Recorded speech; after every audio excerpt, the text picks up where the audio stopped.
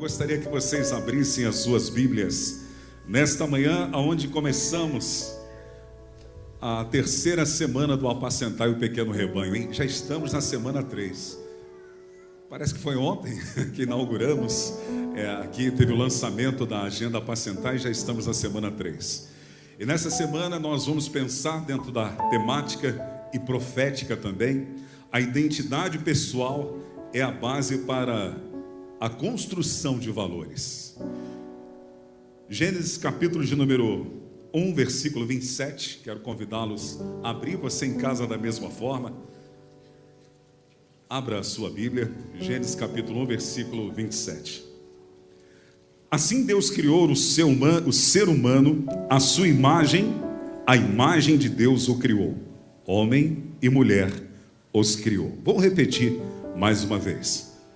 Assim Deus criou o ser humano à sua imagem. A imagem de Deus o criou. Homem e mulher os criou. Espírito Santo, aqui está o teu rebanho, a tua igreja.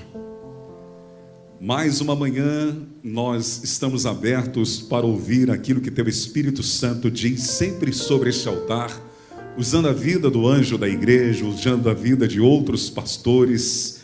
E nesta manhã, eis-me aqui, Senhor, eu dependo exclusivamente da tua unção e do teu poder. Que a tua palavra possa criar um impacto na vida dos teus filhos e que juntos, gerando fé no nosso coração, nós possamos ter definida a nossa identidade e saber que estamos nesse tempo plantado com a oportunidade de vivermos tudo aquilo que o Senhor tem projetado com os valores do reino. Que assim seja, Senhor Deus, diariamente na nossa vida e por todo sempre. Nós oramos na autoridade do nome que é sobre todos os nomes, o nome de Jesus. Pode tomar seus assentos, sente-se por favor nessa manhã.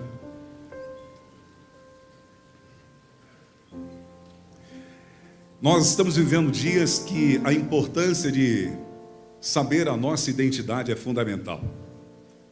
Saber quem somos e também saber quem Deus é. A sociedade, de alguma maneira, ela está tentando corromper aquilo que nós recebemos como herança dos nossos familiares, especificamente dos nossos pais, para reconhecer e sabermos realmente quem somos. E por outro lado, nos dias atuais, de alguma maneira, esta mesma corrupção, ela tem tentado tirar a ideia de um Deus criador, de um Deus verdadeiro, de um Deus único, tentando buscar outras ideologias, tentando buscar outras filosofias para colocar e desestabilizar aquilo que nós cremos como igreja, aquilo que nós cremos como a palavra de Deus nos ensina e pela nossa fé. E eu e você como cristão, mais do que nunca, nós precisamos ter uma identidade definida quando nós olhamos para esse texto. E nós somos aqueles que cremos na criação, somos criacionistas. Nós vemos Deus criando um homem e uma mulher, definitivamente, humanamente falando. Deus criou um homem, Deus criou uma mulher. Deus não criou uma mulher para ser homem, Deus não criou um homem para ser mulher. Deus criou macho e fêmea. Diga comigo, macho e fêmea. Tem macho aqui nessa manhã? E tem fêmea aqui nessa manhã? Aleluia, é macho e fêmea, não pode ter outra opção.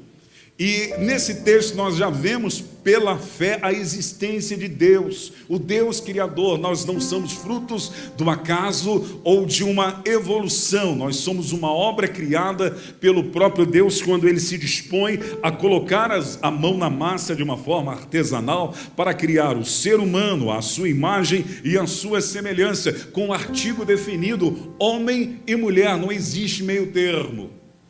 Ele é Criador. Humanamente falando, nós precisamos saber disso, porque hoje, você sabe mais do que nunca, não há necessidade de expressar isso, mas estão tentando colocar outros gêneros que não estão dentro da criação. Outros gêneros que tentam, de alguma maneira, corromper e desestabilizar aquilo que foi criação de Deus e a primeira instituição, antes de qualquer outra instituição, antes de uma instituição médica, educacional, a primeira instituição que Deus faz é a família. E essa família, ela é composta por duas pessoas que vão procriar, que vão gerar, um homem e uma mulher. Não existe meio termo. Agora, espiritualmente falando, eu tenho que ter uma identidade clara, de entender também que a minha identidade de Deus, quando Ele se dispôs a me criar e criar você, Ele fez isso com um propósito. Qual o propósito? O propósito de nós, eu e você, sermos para o louvor da sua glória.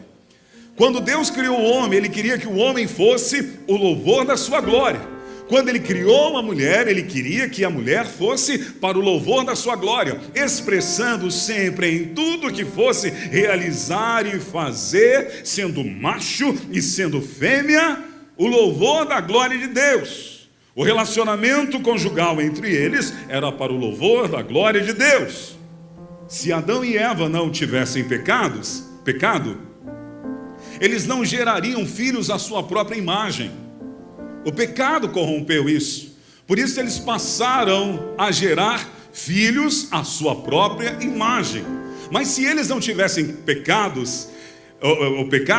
eles gerariam filhos à imagem de Deus, porque eles eram a imagem e semelhança de Deus. Automaticamente a produção seria todos nós a imagem e semelhança de Deus. É por isso que na nova aliança o Senhor vem resgatar essa imagem, trazermos novamente a glória do Senhor transformada na nossa personalidade, no nosso caráter, através do novo nascimento, para que eu e você pudéssemos se tornar agora a imagem e semelhança de Deus. Aquilo que naturalmente era impossível, agora por causa da queda, Deus ele vai estabelecer uma nova aliança para que espiritualmente seja possível eu e você se tornarmos uma pessoa semelhante a Jesus. E os filhos que geramos espiritualmente, todos eles devem ser centralizados em Jesus e parecidos com Jesus.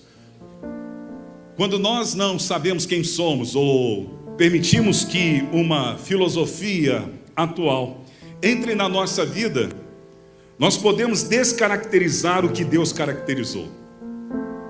Isso tanto no aspecto humano, como também no aspecto espiritual. Não podemos descaracterizar o que Deus caracterizou. Isso gera a perda de dois benefícios. Quais são eles?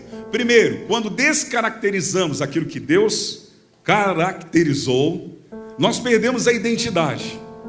Nós deixamos de ser filhos e passamos a ser criaturas. Há uma frase que se diz de uma forma, um jargão popular, que todos são filhos de Deus. Isso não é verdade. Ainda que desejamos e gostaríamos que isso fosse uma verdade, quando Adão quebra a aliança junto com Eva, esse benefício de filho não mais tem. Adão agora passa a ser uma criatura de Deus, e aquilo que vai ser gerado através da vida de Adão, todos nós vamos se tornar criaturas de Deus, e nós precisamos agora nascer do nascimento espiritual, não da vontade da carne, não da vontade do homem, para que nós venhamos nascer da vontade do Espírito de Deus, para que nós nos tornemos novamente filhos. É por isso que em João capítulo 3, versículo 16, você sabe muito bem, melhor do que eu, que está escrito que Jesus é o Filho único, antes da sua morte e ressurreição. João escreve, porque Deus amou o mundo de tal maneira, que deu o seu único, unigênito, era um só, não tinha outro. Mas depois da ressurreição, e através da nova aliança, Paulo, quando escreve a sua carta à igreja em Roma, no capítulo 8, ele vai dizer que Jesus é o primogênito. Ele deixou de ser único para ser o primogênito, o primeiro entre muitos irmãos. Porque quando recebemos Jesus na nossa vida, vem de novo a restauração da nossa identidade como filho. Agora, o pecado, ele tenta de alguma maneira corromper e descaracterizar aquilo que Deus caracterizou. A segunda perda do benefício que nós perdemos por descaracterizar isso é a bênção divina, porque o homem foi abençoado para viver o melhor, para desfrutar do melhor de Deus na terra. E quando nós perdemos a bênção divina, nós vivemos debaixo da maldição. Adão e os seus descendentes, até nos dias atuais, estão debaixo de maldição. Nós só conseguimos vencer essas maldições quando nós nos posicionamos e procuramos viver uma vida diferente, exatamente pelo novo nascimento. E agora, dentro do novo nascimento, nós vamos viver valores que estão impressos na palavra, a revelada através do Espírito Santo, para que nós possamos fazer a diferença com a nossa identidade de macho e fêmea, na questão natural, humana e espiritual, como filhos de Deus. Os dias são maus, os dias são terríveis. Ainda que nós tenhamos uma expectativa em Deus da igreja, de superarmos e vencer a dia após dia, nós sabemos que dentro de um contexto escatológico, os dias serão maus. Não é diferente da sociedade romana nos dias de Paulo. A sociedade romana nos dias de Paulo, quando Paulo faz uso da sua carta à igreja local, ele vai dizer que existe uma sociedade que descaracterizou e trouxe a inversão de valores para a sua realidade. Te convido a abrir a sua Bíblia comigo em Romanos. Em Romanos capítulo 1, eu gostaria que você deixasse aberta a sua Bíblia aí em Romanos capítulo 1, quando nós vemos Paulo denunciando e falando a realidade da sociedade romana na inversão de valores bem parecido com os nossos dias atuais, porque aquele povo, aquela sociedade havia invertido os valores porque perderam a identidade e deixaram de acreditar no Deus Criador. O versículo 25 do capítulo de número 1 vai dizer: e eles trocaram.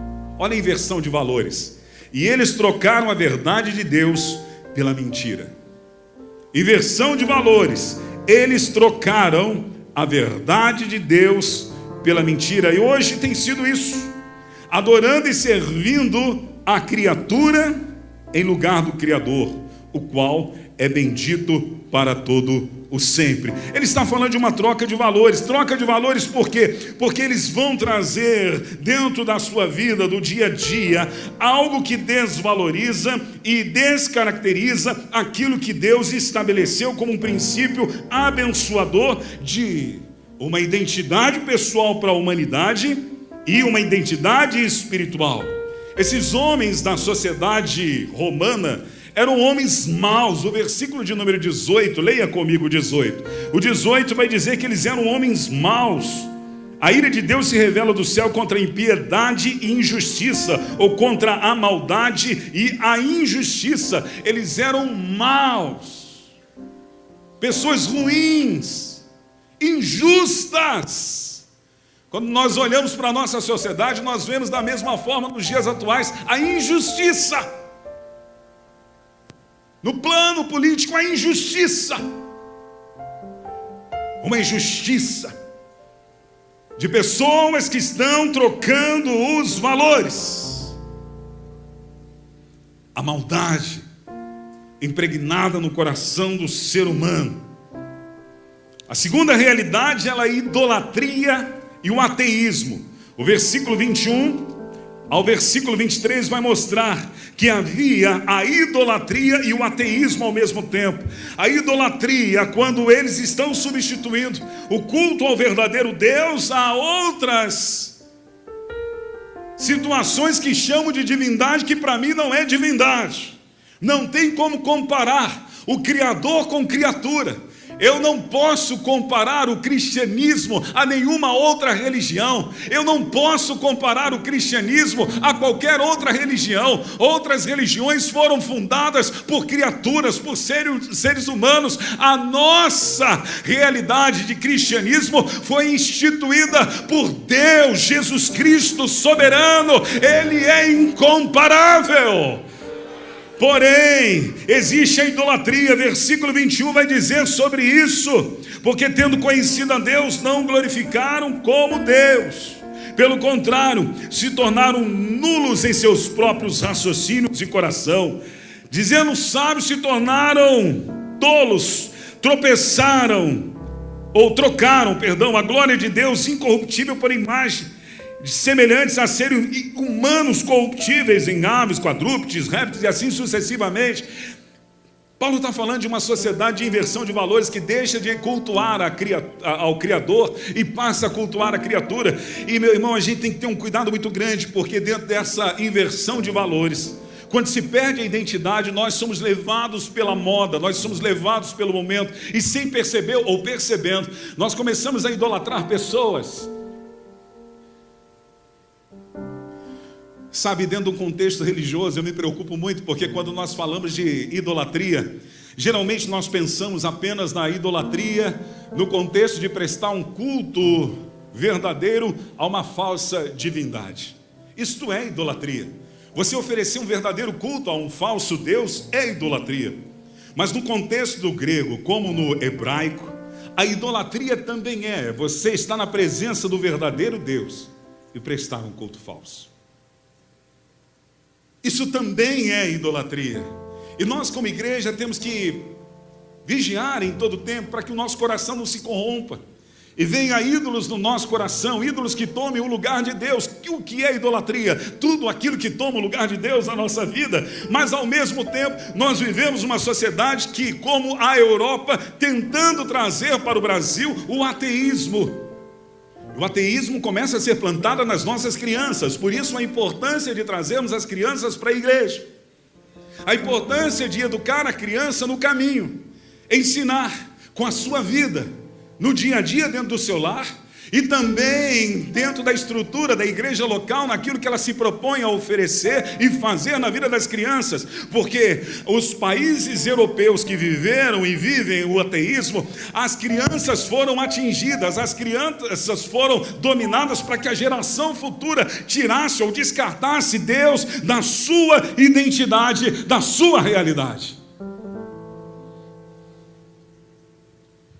Lembro nos anos 80, quando havia um evangelista da Jocum chamado Josué Orion. Quem é dessa época que lembra do evangelista Josué Orion, que pregava muito sobre as mensagens subliminares? Quem? Alguém aqui? Será que só eu que sou Matusalém? Nem você, Ítalo, por favor. O Josué Orion, ele falava das mensagens subliminares. E nas mensagens ele mostrava alguns filmes da Disney que tinha a sua mensagem subliminar. E ele disse que em uma ocasião ele estava no avião e ao seu lado havia uma pessoa sentada, e essa pessoa, ela era dark, estava black, e a pessoa, a aeromoça, quando passava, a comissária de bordo, eu não sei, a pessoa que estava servindo o alimento, oferecia para esta pessoa que estava ao lado do Josué Orion. A pessoa que estava sentada ao seu lado dizia: não quero, eu estou jejuando. E quando a pessoa disse: estou jejuando, o Josué Orion pensou: puxa, é um cristão, é um evangélico, eu vou cumprimentá-lo com a paz do Senhor. Ele olhou e disse: olha, você está jejuando, você é um cristão? Ele disse: não, eu não sou cristão, eu sou satanista, e eu estou jejuando. E sem ele saber que o Josué Orion era um evangelista, ele começa a dizer o plano dos satanistas. E dentro dos planos que eles tinham, era entrar na mente das crianças. Eles não estavam preocupados com a igreja atual, porque a igreja atual estava enraizada. Eles estavam preocupados com a geração futura. E na geração futura eles estavam tentando impregnar ensinos que pudessem de alguma maneira descaracterizar ou descartar Deus da cultura das crianças, com o ateísmo. E hoje nós vemos a Europa que é foi um berço de avivamento, de avivalistas, de grandes homens, de grandes igrejas, passam hoje por uma realidade difícil espiritualmente, a ponto da Missão Desafio hoje, neste ano, está trabalhando com fôlego para a Europa, para que reacenda ou venha de novo o vento do Espírito Santo. Em nome de Jesus Cristo de Nazaré, que isso aconteça na Europa, que o fogo do Espírito Santo ateie no coração daquelas pessoas que lá estão plantadas, mas que aqui no Brasil você seja um instrumento de avivamento para a vida dos nossos filhos, das crianças, que as gerações que virão não descarte Deus, mas traga Deus para a sua história, traga Deus para a sua realidade, porque Ele vê em você um bom exemplo, e você trazendo e incultando na mente da criança que Deus é real. Deus não é uma história, Deus não é um conto de fadas, Deus não é uma ficção. Deus é vivo, é poderoso, Ele fala, Ele age, Ele é um ser racional que está aqui nesta manhã falando ao teu coração. Aleluia, aplauda ao Rei Jesus.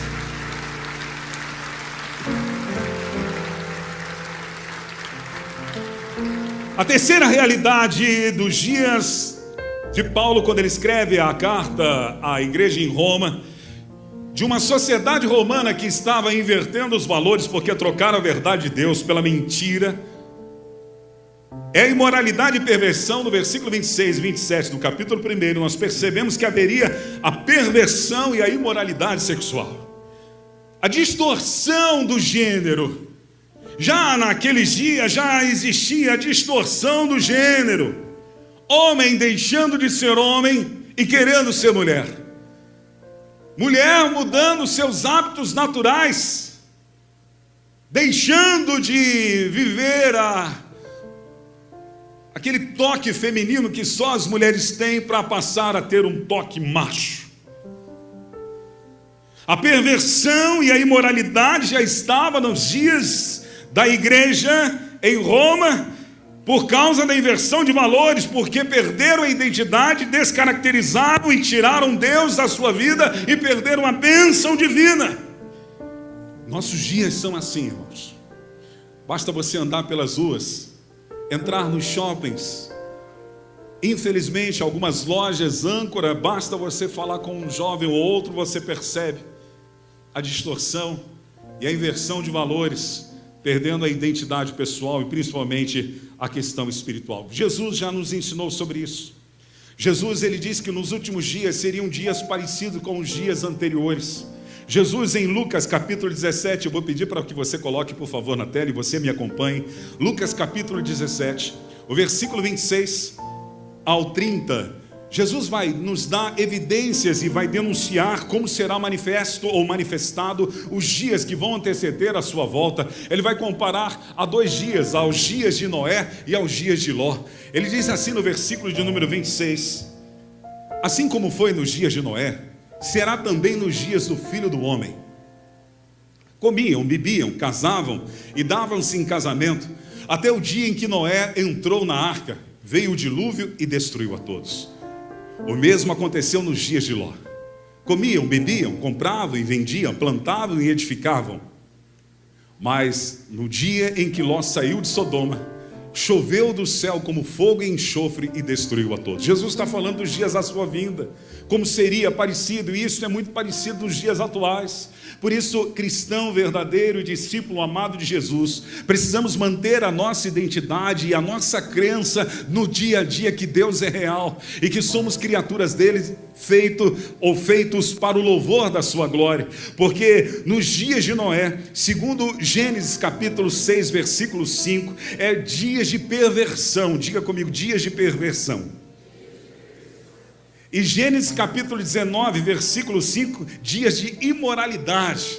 Você vê a perversão no dia de Noé, e você vê a perversão também nos dias de Ló. Você vê a corrupção de uma forma geral em Gênesis capítulo 6, quando Deus se dispõe a, através de Noé, preparar uma arca para que aqueles que crescem na pregação de Noé pudessem ser salvos. Infelizmente, aquela geração estava tão corrompida e tiraram Deus, tiraram a identidade de Deus das suas vidas, estavam tão corrompidas no sistema que governava o mundo até então, que nenhuma daquelas pessoas, com exceção da família de Noé, foram salvos. Mas aqueles dias eram dias de corrupção. E Jesus está dizendo, nos meus dias antes de eu se manifestar, serão dias de corrupção. Nos dias de Ló, dias de imoralidade, dias de perversão, a ponto de anjos visitarem a casa de Ló para livrá-los através da intercessão de Abraão e tirá-los da cidade, porque a cidade seria destruída. O cheiro da podridão, da corrupção, do pecado chegou às narinas de Deus, e Deus iria fazer a sua justiça sobre a cidade. E os moradores, desde os mais novos até os mais velhos, se rodearam a casa de Ló e queriam ter atos sexuais com os anjos.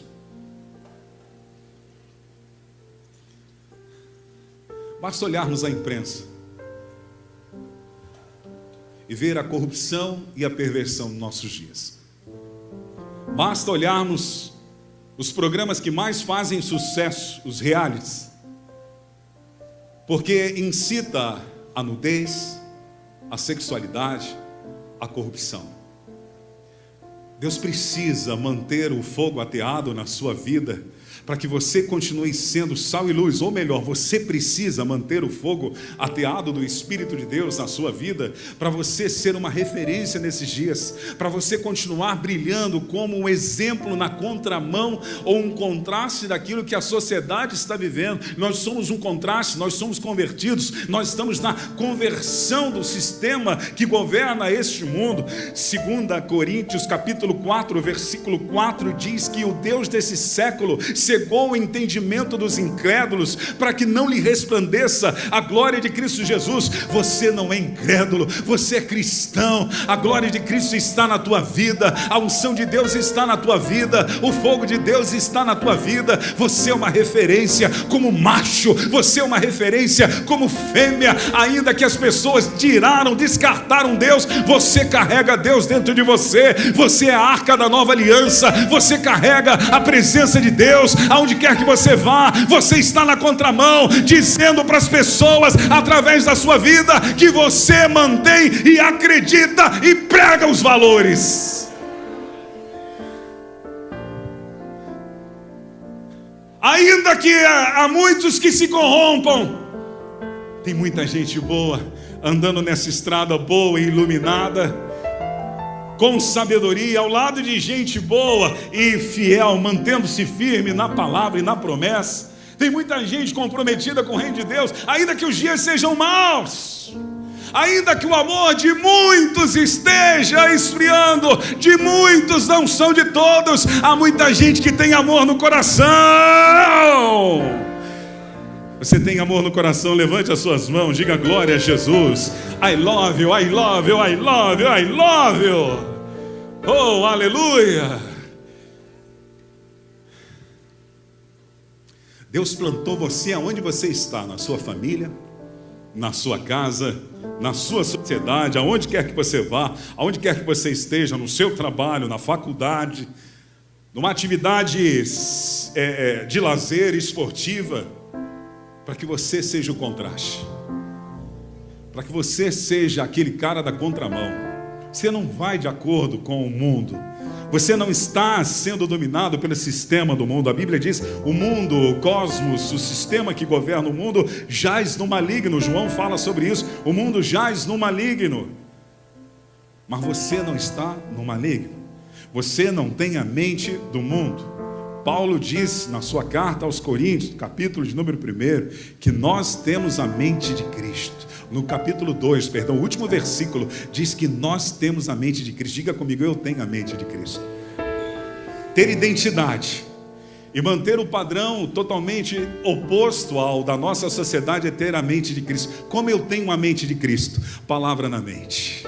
É você andar com os valores de Deus onde quer que você esteja. Você não anda com os valores de Deus apenas na igreja. Na igreja é muito fácil. Você tem que andar com os valores de Deus aonde quer que você esteja, aonde quer que você vá. É mente de Cristo, é palavra na mente. É mente de Cristo, é palavra na mente. É ter a mente na palavra, é saber que esta palavra que é viva, como o nosso querido Paulo abriu o culto mencionando, e nós cremos nisso, que a palavra é a palavra de Deus, é o verbo que se fez carne. Quem é o verbo que se fez carne? Jesus. É a palavra, é Jesus. É a palavra, é Jesus na minha mente. É a palavra, é Jesus tomando conta do meu consciente, do meu subconsciente. Eu tenho valores do reino. Eu não se detenho, eu não paro, eu não fico nos lugares aonde estão tentando perverter ou trazer a imoralidade no meio para me contaminar. Não. Quando eu estou nesses ambientes, eu vou ser diferente, eu vou ser sal, eu vou ser luz, eu vou refletir aquilo que creio, porque aquilo que creio me influencia e é capaz de influenciar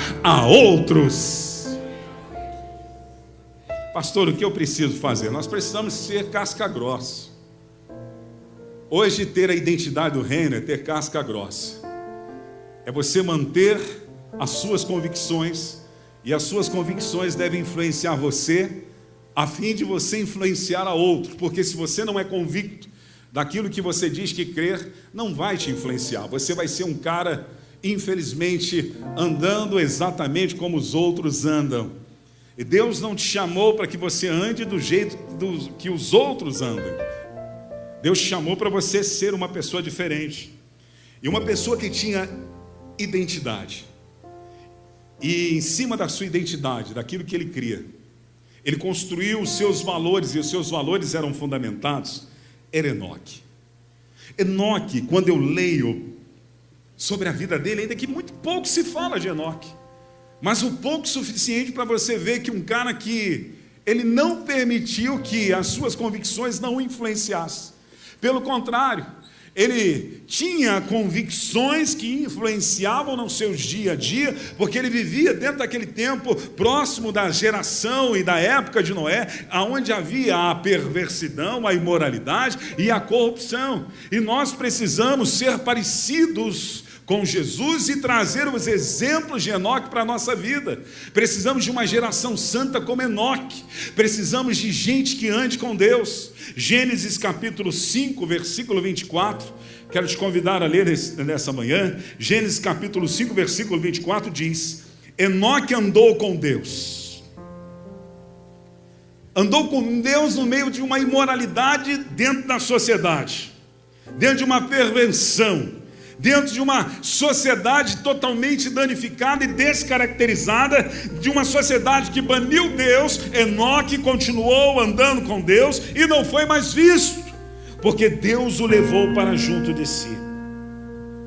Precisamos de uma geração santa como Enoque, gente que ande com Deus.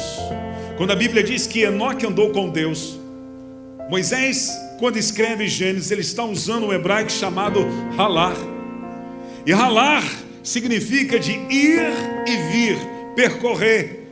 Então você percebe que não era um andar metafórico, mas era algo de caminhar juntos, até porque você encontra na Bíblia várias teofanias de Deus. O que é uma teofania? Quando Deus se materializa, quando Deus vem de uma forma humana e anda, come, caminha com as pessoas. Nós olhamos Deus visitando a casa de Abraão, nós vemos Deus falando com Agar no deserto, nós vemos Deus se materializando numa sarça aonde não se consome, falando com Moisés. E quando eu estou lendo Enoque andou com Deus, eu estou usando o verbo do hebraico halar, que é andar, percorrer, é ir e vir.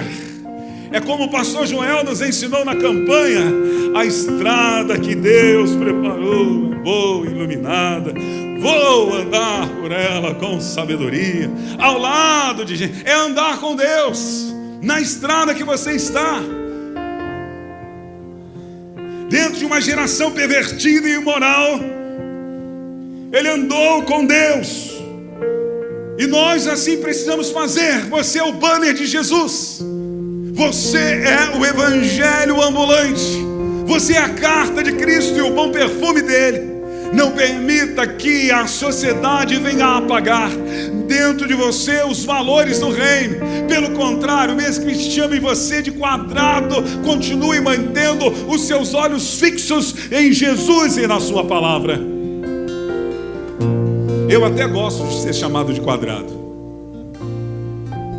Sabe por quê, irmãos? Porque nós somos da nossa origem. Quando você vê um asiático, você sabe que ele é de um país asiático. Está com o olhinho puxado, é japonês, é coreano, é chinês. Você vê um cara mais tostadinho, você sabe que ele é de um continente africano. No contexto espiritual, eu acho que isso tem muito a ver. Por quê? Quando chama você de quadrado, você já viu como é a Cidade Santa? A Nova Jerusalém, a Bíblia diz que é quadrada. Então, se eu sou quadrado, é porque eu sou de Jerusalém. Diga para o irmão que está do seu lado: se você é quadrado, é porque você é de Jerusalém, meu irmão. Tem gente aqui que é quadrado nessa manhã. Quadrado no sentido de manter os valores do reino. Tem gente aqui que é quadrado, vai continuar sendo quadrado, mesmo que chamem você de quadrado. Oh, vamos fazer esse negócio desleal. Não faço. Mas você é tão quadrado. Sou. Vamos dar uma fugidinha no motel. Não vou. Saia comigo, mesmo que você é casado. Não vou. Vamos lá naquele boteco. Vamos tomar um John Walker. Não vou. Puxa, mas todo mundo faz, mas não faço. Vamos tomar aquela gelada depois de um futebolzinho? Não vou. Mas puxa, eu conheço um monte de crente que faz, e daí eu não vou. Mas você é tão quadrado. Eu sou quadrado mesmo. A minha cara expressa a minha natureza, a minha origem. Eu sou da Nova Jerusalém. Eu pertenço àquela cidade que está lá em cima. Aplauda o rei, aleluia. A sua pátria não é aqui. Você tem uma dupla nacionalidade. Enoque andou com Deus e não foi mais visto. Halak, ele andou, ele percorria, e Deus o levou para si. Enoque tinha a sua identidade. Não era fruto do meio. Sabia quem era. Você sabe quem é ou você é fruto do meio? Ele não seguia a multidão. Ele não andava no modismo. Ele não andava na onda. Ele andava em Deus. Nós não andamos na onda, nós não andamos no modismo. Se todo mundo está fazendo, nós não fazemos. Nós só fazemos aquilo que é bom, aquilo que vai ser bom para você e vai ser bom para o próximo, aquilo que vai edificar você e vai edificar o próximo. Então nós não podemos fazer assim. Não se deixe levar pela maioria. Não se deixe levar pela maioria. Ainda que todos estejam fazendo, ainda que todos estejam dizendo, ainda que todos queiram conduzir você, mantenha a sua postura. Fique ali, fixo em Jesus. Não se mova, não se deixe dominar. Seja como Enoque. Você não é fruto do meio. Você não anda junto com os outros. Você anda olhando para o alto, porque é de lá que vem a sua redenção. Enoque tinha sua convicção em meio a uma geração depravada devido ao relacionamento pessoal com Deus. No meio de uma geração depravada, o que mantinha Enoque não era porque ele era bom o suficiente. Não vai pensar que você é bom o suficiente. Tem gente que acha que por si só, não, pastor, eu não vou. Vai. Na imoralidade ou na prostituição, Paulo diz assim, foge. Não, mas eu sou bom, vou encarar. Se Paulo está dizendo foge, meu irmão, foge da imoralidade, foge da prostituição, porque nós não somos bons suficientes. Nós não somos capazes, se não for a graça de Deus. Que fez diferença na vida de Enoque é que ele tinha relacionamento com Deus. Nos dias atuais só vai se manter firme quem anda com Deus, quem tem relacionamento com Deus, quem sabe que Deus é presente, é real e tem a sua mente, a mente de Cristo.